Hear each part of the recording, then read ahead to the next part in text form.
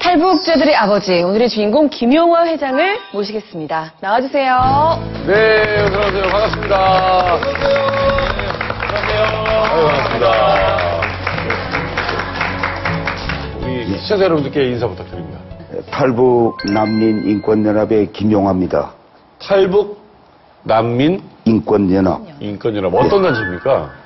예, 중국이나 삼국에서 떠도는 우리 북한 주민들, 네. 그런 사람들을 위주로 해외에서 제일 어렵게 좀 힘들게 사는 사람들을 어쨌든 살려야 되기 때문에. 네, 좋습니다. 그 탈북난민 인권연합을 통해서 대한민국에 들어오신 분들 많으신 거죠? 지금까지 10여 년 동안 한 6천여 명이 되고 있습니다. 어떻게 그럴 수가 있을까요? 제가 혼자 한 건 아니고 대한민국 세계 각국의 많은 인권을 사랑하는 분들이 같이 힘을 합해서 그렇게 해서 그 사람들한테는 오직 희망이라는 건 도움이 희망이었기 때문에 한 명이라도 더 살려가지고 저희 목표는 10만 명만 대한민국에 들어오면 이 전쟁 없는 남북한 통일이 될 수 있다고 보기 때문에 그 운동은 지금까지도 오늘 현재까지도 지금 하고 있습니다. 혹시 김용화 선생님도 탈북을 처음 결심하게 된 게 언제십니까? 저는 한참 됐습니다. 1988년도. 올림픽 때는? 예. 제가 88년 7월 13일 북한에서는 1호 열차라고 하게 되면 김일성이나 김정일이가 움직일 때 네. 2호 열차는 김일성이나 김정일이 지시, 당에 따라서 움직이는 열차, 그러니까 일명 군수열차라고 보는 게 적당인데 그 열차, 군수열차 호송을 맡았습니다. 근데 열차가 노후된 열차였기 때문에 7개의 열차가 전복되는데 그 열차 전복이 제가 당에 충실하지 않은 죄로 그렇게 해서 이 동지 재판을 받게 됐고 결국 사형 직전에 동료의 그 연락을 받고 그냥 뭐 몸에는 권총 한 자루에 당증을 차고 어쨌든 보이지 않는 쪽에 가서 죽으려고. 근데 북한에서는 지금은 모르겠습니다만 그때만 해도 자살도 민족 반역자 딱지가 붙었기 때문에 예? 그 함대가 이 완전히 그 작살 난다고 이야기를 할 수가 있기 때문에 그래서 어쨌든 보이지 않는 데라도 가서 죽어야 되겠다. 그렇게 해서 떠난 걸음이 해산. 근데 해산에 가니까 중국이 보였고 중국이 보이니까 차라리 중국 땅에 가서 죽으면 누구도 모를 것이다. 그래서 중국에 그렇게 해서 7월 25일 날 밤 10시 압록강이 그때 7월 달이니까 장마가 엄청 졌습니다. 헤엄을 쳐서 넘어갔는데 정작 중국 땅에 들어가니까 권총 안전장치를 풀었지만 죽을 생각보다 이 땅에선 내가 떠돌이해도 살 수가 있지 않겠냐. 예? 그렇게 해서 거기서 가게 앞에 신발을 기울여 나온 조선족 할아버지 한 분이 한국 그 라디오를 듣고 있는데 라디오에서 김만철 씨 가족이 딸하고 제주도에서 대화하는 걸 제가 들으면서 야, 이게 남조선 사람들 이렇게도 거짓말을 잘할까.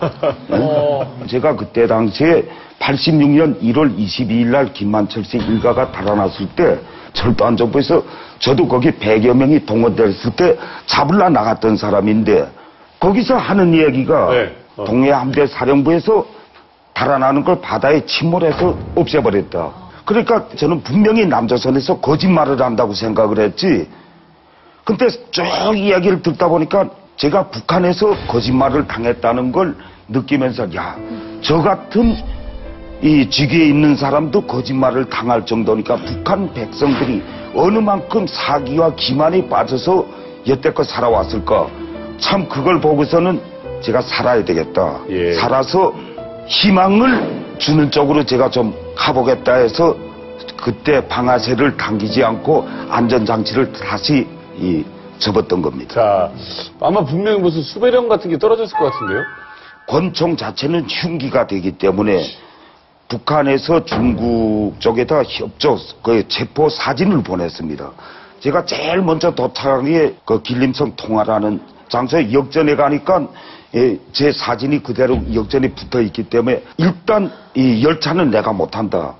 그렇다고 해서 누가 나를 빨리 오라는 데도 없고 그렇지. 제가 그러니까 그냥 걸어서 내학으로 걸쳐서 심양해서 천진으로 해가지고 귀주성, 운남성, 곤명으로 해서 이 호이코로 하는데 근데 저는 그때 당시에 참 감사했던 게 제가 약 1년 정도 걸었는데 머리가 얼마나 길었는데 중국 사람도 제가 더럽다고 옷은 다 깨지고 그러니까 제가 이 거지나 아니면 정신병자로 봤기 공안도 때문에 안 잡아요. 누구도 주는 사람도 없고 한 11개월 정도 그냥 걸어서 메콩강을 수행해서 건너가게 됐습니다. 사람들하고 대화할 시간도 없었겠네요. 말을 안 걸었겠어요. 아예. 말을 해도 제가 말이 통하지 않았기 때문에 그렇지.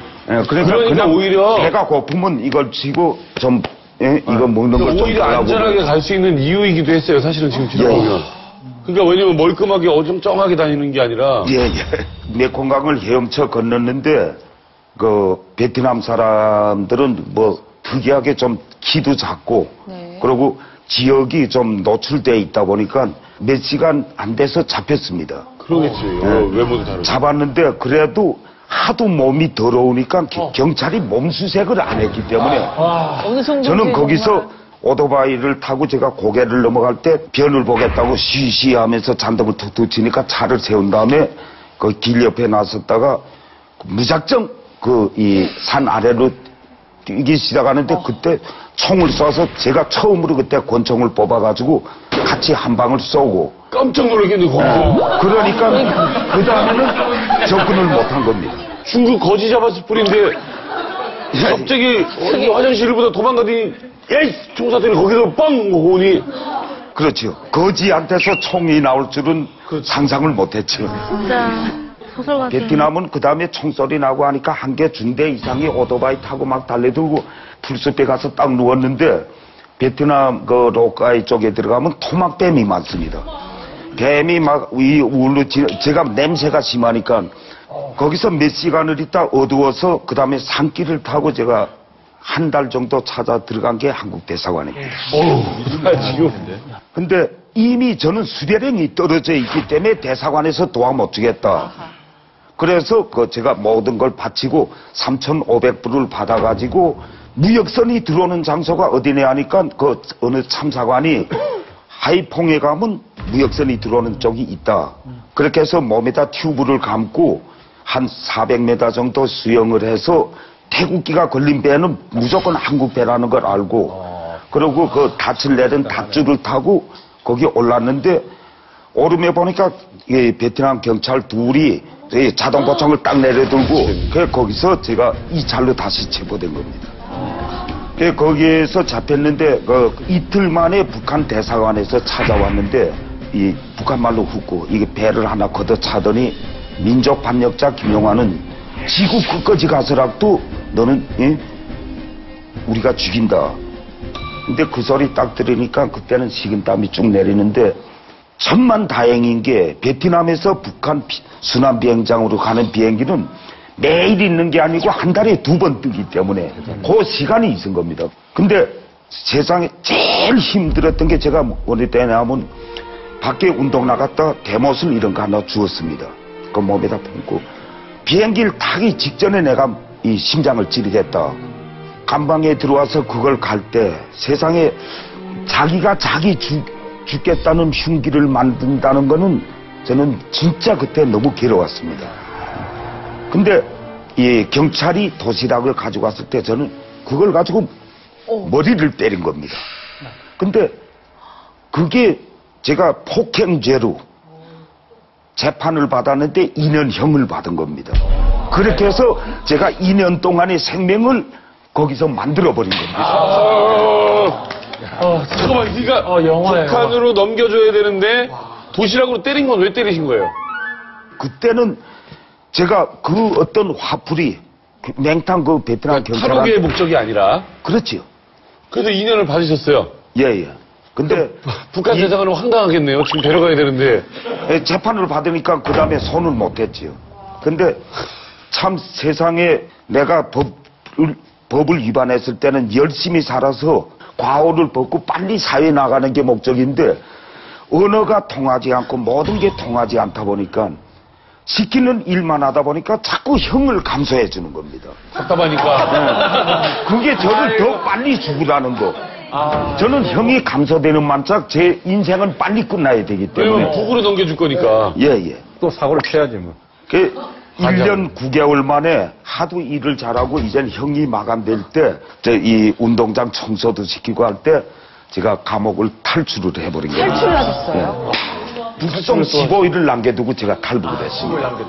그러고 거기서 그냥 탈출을 해가지고 다시 메콩강을 건너서 그때부터 걸어서 이 해변가로 하다 산동성 해양연회까지 도착을 했는데 그때가 95년도입니다. 근데 제가 참 그래도 감사했던 게 거기 가니까 한국의 신혼부부가 거기에 들어왔는데 이게 분명히 남조선 사람이겠구나. 그 땅에다 글을 쓰기 시작했습니다. 혹시나 해서. 말투 안 맞추시게. 저 북조선에서 왔는데 좀 살려달라. 그러니까 남자는 너무 놀래서 어떻게 도와줘야 되냐. 그래서 쪽배 하나만 사달라. 그렇게 해서 제가 쪽배, 그분이 통역을 시켜서 0.3톤짜리 쪽배 하나 가지고 95년 6월달 쪽배를 노를 저어가지고 18일 동안 나침반 하나 가지고 안면도로 들어오게 된 겁니다. 정말 박수가 절로 나옵니다, 정말. 18일 동안 하면서 어떻게 태풍이나 이런 풍랑도 한 번 없었어요? 저는 죽는 게 무서웠으면 그걸 안 했죠. 아니, 그러니까 먹을 거랑 물은? 중국 산동에 가면 이 빵이 이렇게 큰 게 있습니다. 그리고 물은 제가 그 비닐 큰 거 하나 저녁이면 어쨌든 6월의 바다는 낮에는 따갑지만 밤에는 춥습니다. 그런데 추운 만자 거기 이슬이 내리는 게 그걸 모이게 되면 한 3컵 정도 그 종이컵으로 참 바다로 들어오면서 제가 생각한 것 뭐 새도 거기에 날아와 앉아보고 근데 그게 생명이 저렇게 소중하구나 하는 걸 제가 새 잡아먹을 생각은 안 하셨어요? 아니 절대로 안 했습니다. 숨 쉬는 모든 게 소중했다는 걸 그때 느꼈기 때문에. 그러면 잘못하면 이게 북으로 흘러가잖아요. 해류 잘못하면은. 네, 그러니까 모든 걸 하늘에 맡긴 겁니다. 와.